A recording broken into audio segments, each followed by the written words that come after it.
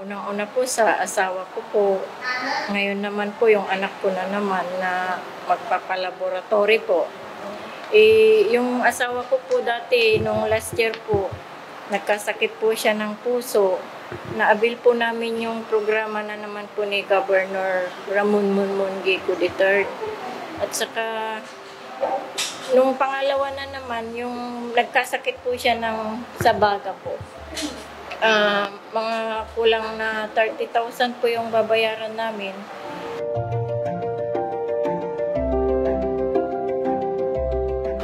Tapos inutusan po ako dito na ano po na naman po yung programa po ni mahal nating governor na Ramon Monmongico III.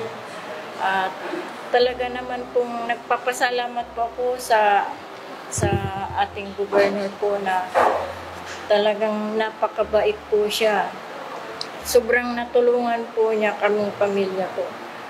Maraming salamat po, Governor. Thank you po.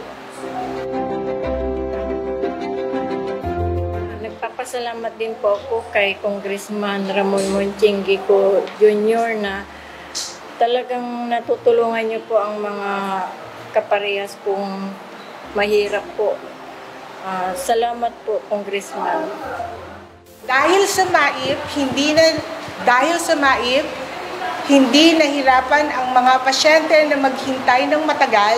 Hindi na nila kailangang luminya ng matagal at maghintay para humingi ng discount or magbayad dahil wala na pong babayaran ang bawat pasyente from gamot, laboratory tests, and other diagnostic tests.